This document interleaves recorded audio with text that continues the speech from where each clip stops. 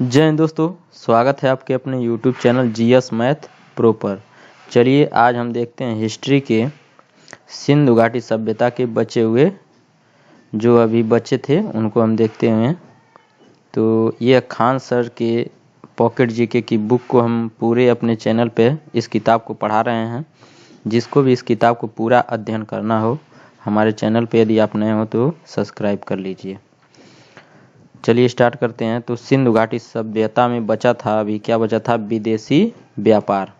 तो विदेशी व्यापार जो बचा था इसमें बचा था, तो इस यहाँ से स्टार्ट करते हैं। चलिए स्टार्ट करते हैं। इसमें है वस्तुएं, क्या है, वस्तुएं। तो जो वस्तुएं हैं और ये है प्रदेश। तो देखिए टीन, इसका व्यापार जो होता था अफगानिस्तान से और ईरान से। अफगान का ये, अफगानिस्तान। गोमेद, गोमेद का कहाँ से होता था, तो सौराष्ट्र से। यानी सिंधु घाटी सभ्यता के जो लोग थे अपना व्यापार टीन का कहाँ से करते थे, तो अफगान से और ईरान से। गोमेद का कहाँ से करते थे, तो सौराष्ट्र से। सोना का व्यापार कहाँ से करते थे, तो कर्नाटक से करते थे और अफगानिस्तान से और ईरान से।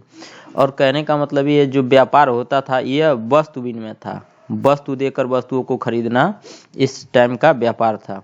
और यहाँ पर तांबा, तांबा जो है इसका व्यापार खेतड़ी, खेतड़ी जो कहाँ स्थित है, यह राजस्थान में स्थित है, बलूचिस्तान और ओमान, यहाँ से तांबा का व्यापार होता था। और चांदी का जो है अफगानिस्तान से और ईरान से। सीसा का, सीसा का जो व्यापार था ईरान से था और राजस्थान से था। अब नेक्स्ट पॉइंट कह रहा है सिंधु घाटी सभ्यता के पतन के कारण। तो सिंधु घाटी जो सभ्यता थी वह आखिर क्यों नष्ट हो गई, उसके पतन के क्या क्या कारण रहे हैं। इधर दे रखा है इतिहासकार और इसका यह दिया है कारण। यानी इतिहासकार ने कौन सा, देखिए इसमें मार्टिमर व्हीलर ने यह बताया जो सिंधु घाटी सभ्यता थी क्यों नष्ट हो गई। तो मार्टिमर व्हीलर ने बताया कि आर्यों का आक्रमण के कारण जो है सिंधु घाटी सभ्यता का पतन का कारण हुआ। और इनके सपोर्ट में थे गार्डन चाइल्ड, ये इनका सपोर्ट किए हैं कि ये जो मार्टिमर व्हीलर हैं यह आर्यों का आक्रमण में एकदम सही कह रहे हैं। दूसरे जो इतिहासकार थे SR राव और सर जॉन मार्शल व मैके, इन्होंने बताया कि जो सिंधु घाटी सभ्यता थी इसका प्रमुख जो कारण पतन का था वह था बाढ़। नेक्स्ट इतिहासकार हैं सर जॉन मार्शल, इन्होंने बताया कि प्रशासनिक शिथिलता, इसके कारण जो है सिंधु घाटी सभ्यता का पतन हुआ। उसके बाद है अमलानंद घोष, इन्होंने बताया कि जलवायु परिवर्तन के कारण सिंधु घाटी सभ्यता का पतन हुआ। UR कैनेडी, इन्होंने बताया कि प्राकृतिक आपदा के कारण सिंधु घाटी सभ्यता का क्या हो गया, पतन हो गया। मधो स्वरूप वत्स, इन्होंने बताया नदियों के रुख बदलने से ये सिंधु घाटी सभ्यता का हो गई, पतन के कगार पर चली गई। अब समझते हैं सिंधु घाटी सभ्यता की सामान्यतः प्रारंभिक जानकारी। तो इसकी प्रारंभिक जानकारी देखिए, सन 1826 ईस्वी में चार्ल्स मेसन ने सर्वप्रथम प्रकाश डाला। 1853 ईस्वी में अलेक्जेंडर कनिंघम ने हड़प्पा का सर्वे किया। 1856 ईस्वी में जॉन बर्टन एवं विलियम बर्टन लाहौर से कराची के मध्य रेलवे लाइन बिछा रहे थे एवं उन्होंने अनजाने में हड़प्पा की ईंटों का प्रयोग किया। 1856 ईस्वी में अलेक्जेंडर कनिंघम ने दूसरी बार हड़प्पा का सर्वे किया। तो अलेक्जेंडर कनिंघम ने 1853 और 1856 में इसका क्या किया, सर्वे किया। 1861 ईस्वी में भारतीय पुरातत्व विभाग ASI, इसका फुल फॉर्म होता है, A का मतलब होता है आर्कोलॉजिकल, S का मतलब सर्वे और I का मतलब India, archaeological survey of India. तो इसकी स्थापना हुई 1861 में। किसकी स्थापना हुई? ASI की। गवर्नर जनरल लॉर्ड केनिन के समय अलेक्जेंडर कनिंघम को ASI archaeological survey of India का जनक कहा जाता है। तो आर्कोलॉजिकल सर्वे ऑफ इंडिया के जनक कौन है? Alexander Cunningham. 1921 ईस्वी में सर जॉन मार्शल ने दयाराम साहनी को हड़प्पा उत्खनन करने हेतु नियुक्त किया। कहने का मतलब आपसे पूछ दे, दयाराम साहनी ने हड़प्पा की खुदाई कब की? तो इसकी खुदाई किए थे 1921 में। 1922 में सर जॉन मार्शल ने राखल दास बनर्जी को मोहनजोदड़ो का उत्खननकर्ता नियुक्त किया। तो मोहनजोदड़ो की खुदाई किसने किया? तो वो किए थे मोहनजोदड़ो की खुदाई राखल दास बनर्जी। कब किए थे? 1922 में। 1924 ईस्वी में सर जॉन मार्शल भारतीय पुरातत्व विभाग के तत्कालीन महानिदेशक ने सिंधु घाटी की सभ्यता या हड़प्पा सभ्यता का नामकरण किया। तो 1924 में इसका नामकरण हुआ। अब यहाँ देखिए क्रम दे दिया है। प्रमुख स्थल, स्थिति, उत्खननकर्ता व खोजकर्ता और किस नदी के किनारे यह स्थित थी। तो हड़प्पा पाक के यानी कि पाकिस्तान के पंजाब प्रांत का साहिवाल जिला यहाँ पे स्थित थी। और इसके हड़प्पा के खुदाई किसने की करवाया? तो दयाराम साहनी ने 1921 ईस्वी में। और साथ में मधो स्वरूप वश 1926 में, व्हीलर 1946 ईस्वी में। तो ये जो हड़प्पा किस नदी के किनारे स्थित थी? तो रावी नदी के किनारे। मोहनजोदड़ो पाक के सिंध प्रांत का लरकाना जिला यहाँ पे स्थित थी। और इसके खोजकर्ता थे या उत्खननकर्ता यानी खुदाई करवाने। तो मोहनजोदड़ो की खुदाई किसने करवाई? राखल दास बनर्जी। कब करवाए थे? 1922 ईस्वी में। और मैक थे इसमें 1927 में, व्हीलर 1930 में। और ये किस नदी के किनारे स्थित थी मोहनजोदड़ो? तो यह स्थित था सिंधु नदी के। दूसरा है लोथल कहाँ स्थित है? तो ये गुजरात का अहमदाबाद जिला में स्थित है। तो लोथल गुजरात में है। इसके खुदाई करता कौन? SR राव 1953 से 1954 ईस्वी। ये किस नदी के किनारे स्थित है? तो भोगवा नदी। धौलावीरा यह गुजरात का कच्छ जिला में स्थित है। यह JP जोशी 1967 से 1968 ईस्वी। रविंद्र सिंह बिष्ट 1990 से 1991 ईस्वी। यह लूनी नदी के किनारे स्थित है। चंद हुदड़ो यह पाकिस्तान के सिंध प्रांत नवाब शाह जिला में स्थित है। मैके इसके खोजकर्ता 1925 में, NG मजुमदार 1931 में। यह किस नदी के किनारे स्थित है? तो सिंधु नदी के किनारे। उसके बाद है सूरकोटदा यह कच्छ में स्थित। कच्छ कहाँ है? गुजरात में। जगपति जोशी 1972 से 1975 इसमें किस नदी के किनारे स्थित है? तो भोगवा नदी के किनारे।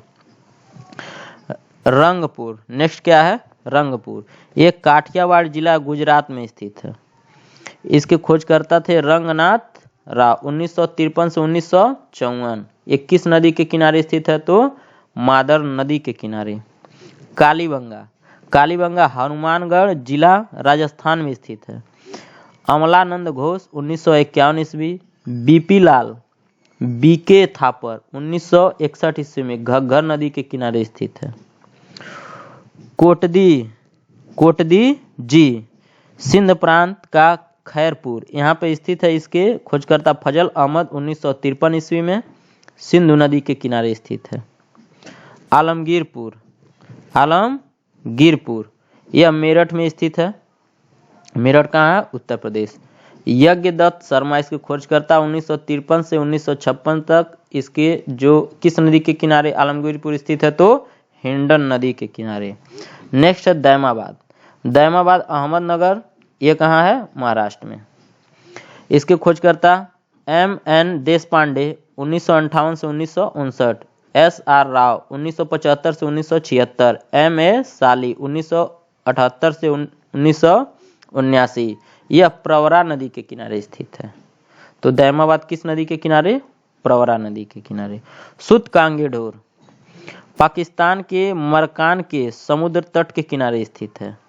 इसके खोजकर्ता ऑरेल स्टाइन 1927 ईस्वी में। यह दास्क नदी के किनारे स्थित है। किस नदी के किनारे? दास्क नदी के किनारे। रोपड़ कहाँ स्थित है? रोपड़ जिला पंजाब में स्थित है। कहाँ स्थित है? पंजाब में। यज्ञदत्त शर्मा 1953 से 1956। यह किस नदी के किनारे स्थित है? तो सतलज नदी के किनारे। बनवाली कहाँ स्थित है? हिसार जिला में। ये कहाँ पड़ता है? हरियाणा में। रविंद्र सिंह बिष्ट, इसके खोजकर्ता रविंद्र सिंह बिष्ट 1974 ईस्वी में। यह किस नदी के किनारे स्थित है? तो रंगोई। किस नदी के किनारे? रंगोई है। सोलका कहाँ है? दक्षिणी बलूचिस्तान में। यह जॉर्ज डेल्स है, सॉरी दोस्तों, जॉर्ज डेल्स 1962 ईस्वी में। और यह किस नदी के किनारे है? तो सादीकौर। कौन सा? सादीकौर। राखीगढ़ी, यह हिसार जिला में स्थित है, हरियाणा में। इसके रफीक मुगल अमरेंद्रनाथ 1997 से 1999 घग्गर नदी के किनारे स्थित है। 17 देखते हैं। देसलपुर, क्या है? देसलपुर। यह कच्छ गुजरात में स्थित है। 1963 से 1964 पीपी पांड्या, MK ढाके, KV सुंदर राजन, बामू चेला। कौन सी नदी है? बामू चेला। इस नदी के किनारे। कुनाल हरियाणा में स्थित है। इसके हैं खोजकर्ता श्री JS खत्री व श्री M आचार्य। 21 नदी के स्थित है तो कोसी। रोजदी सौराष्ट्र में। कहाँ स्थित है? गुजरात में। 1982 से 1995 तक 7 बार उत्खनन किया गया इसका। 21 नदी के किनारे स्थित है तो भादर नदी के किनारे। भादर नदी। मिताथल यह किस नदी के किनारे स्थित है? तो यह चोटांग और यमुना नदी के मध्य। और यह कहाँ स्थित है? तो भिवानी में। और कहाँ है? हरियाणा में। और इसके खोजकर्ता है सूरजभान 1968 में। इसको खोजकर्ता कहिए या उत्खनन करता। मांडा कहाँ स्थित है? तो जम्मू कश्मीर में। यह इसके खोजकर्ता JP जोशी 1976 से 1977। किस नदी के किनारे है? तो चिनाब नदी के किनारे। किस नदी के किनारे? चिनाब नदी। कौन सी नदी है? चिनाब नदी। नेक्स्ट, बालाकोट, क्या है? बालाकोट कहाँ स्थित है? तो पाकिस्तान के खैबर पख्तूनख्वा प्रांत में। जॉर्ज F डेल्स, इन्होंने इसके खोजकर्ता की खोज की और 1963 से 1970 तक। किस नदी के किनारे स्थित है? इन है कुनहार नदी। इसी को नदी को कहते हैं नैनसुख नदी। क्या कहते हैं? नैनसुख नदी। नेक्स्ट, अब कह रहा प्राप्त वस्तुएं और खोज। तो हड़प्पा से क्या क्या खोजा गया या हड़प्पा से कौन सी वस्तुएं प्राप्त हुई, इसके बारे में दिया गया है। तो RS-37 यानी R-37 RS-37 कब्रिस्तान, ये कहाँ से मिला है? तो हड़प्पा से। विदेशी की कब्र कहाँ मिला है? हड़प्पा से। इक्का गाड़ी, ये कहाँ से मिला है? तो हड़प्पा से। श्रृंगार पेटिका, स्टैचू ऑफ पृष्ठ, इसी को कहते हैं पुजारी की प्रतिमा। ये सब कहाँ से मिला है? तो हड़प्पा से मिला है। नेक्स्ट है दूसरा पॉइंट है मोहनजोदड़ो। यहाँ से क्या क्या मिला देखिए। जलापूर्ति के लिए कुआं, सूती कपड़े के साक्ष्य, वो भी कपास। स्नानागार, इसी को कहते हैं ग्रेट बाथ। ये सब कहाँ से मिला है? तो मोहनजोदड़ो से। उसके बाद तीसरा है लोथल। यहाँ से क्या क्या प्राप्त हुआ है देखिए। तो हाथी दांत का पैमाने, घोड़े की मृण मूर्तियां, फारस की मुहर, शतरंज के साक्ष्य, पतन यानी बंदरगाह, अग्नि वेदिकाएं, ये सब कहाँ से प्राप्त हुई हैं? तो लोथल से।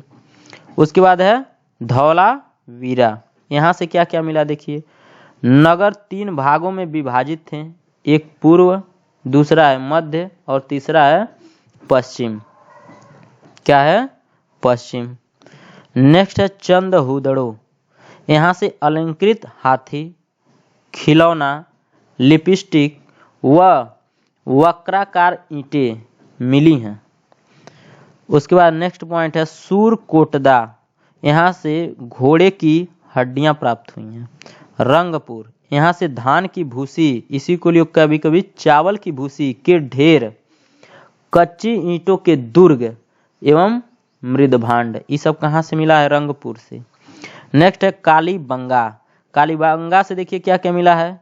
बेलनाकार मुहरे, हल के निशान, जूते हुए खेत के साक्ष्य, अलंकृत ईंटों का प्रयोग, युगल समाधानियां, अग्निवेदिकाएं, ये सब कहाँ से मिली हैं? तो कालीबंगा से।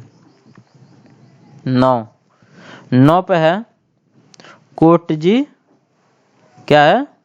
कोटजी, यहां से क्या मिला है? तो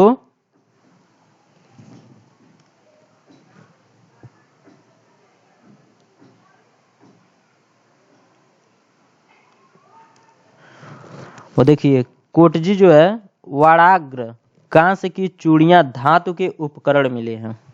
नेक्स्ट आलमगीरपुर, नेक्स्ट कौन सा है? आलमगीरपुर, यहाँ से सिरेमिक उत्पाद, मृद भांड की मूर्तियां, तो मृद भांड की मूर्ति कहाँ से मिली? आलमगीरपुर। नेक्स्ट है दैमाबाद, यहाँ से मिली है धातु का रथ, सूतकांगे डोर, तांबे की कुल्हाड़ी, मनुष्य की अस्थि, राख से भरा बर्तन, ये सब कहाँ से मिला? सूतकांगे डोर से। नेक्स्ट है रोपड़, रोपड़ से कृषि मिला है, गेहूं मिला है, चावल के साक्ष्य मिले हैं। नेक्स्ट है बनवाली, यहाँ से तिल मिला है व सरसों का ढेर मिला है, अच्छे किस्म के जौ मिले हैं, सड़क व नालियां के अवशेष मिले हैं, सेल खड़ी व पकाई मिट्टी की मुहरें मिली हैं, टेराकोटा का हल मिला, टेराकोटा उसे कहते हैं जो मिट्टी के बर्तन होते हैं। सोतकाह, यहाँ से क्या क्या प्राप्त हुआ देखिए। परिपक्व बस्ती व विलासिता के समान व्यापार, राखी गढ़ी से चबूतरे पर बनी अग्निवेदिका, मिट्टी के मनके। देसलपुर से क्या क्या प्राप्त हुआ? विशाल दीवारों वाला भवन जिसमें छज्जे वाले कमरे मिले। कुनाल, यहाँ चांदी के 2 मुकुट मिले हैं। रोजदी, यहाँ से मुकुट, गेहूं के साक्ष्य। मिताथली से क्या क्या प्राप्त हुए? चांदी के आभूषण व बर्तन, लंबी सुराहियां। बनावली, यहाँ से जौ मिला है एवं मिट्टी के हल की आकृति के साक्ष्य मिले हैं। बस इतना ही था दोस्तों। और एक आप क्वेश्चन यदि आपको हम पूछ दे रहे हैं, बहुत हाल ही में ये सेबी के वर्तमान अध्यक्ष किसे नियुक्त किया गया है? सेबी के वर्तमान अध्यक्ष किसे नियुक्त किया गया है? तो सेबी इसका फुल फॉर्म होता है security exchange board of India.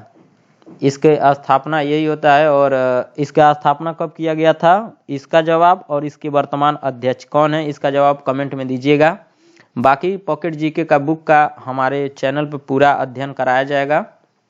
यदि आप नए हो तो चैनल को सब्सक्राइब करिएगा, वीडियो को लाइक करिएगा और दोस्तों में शेयर कर दीजिएगा।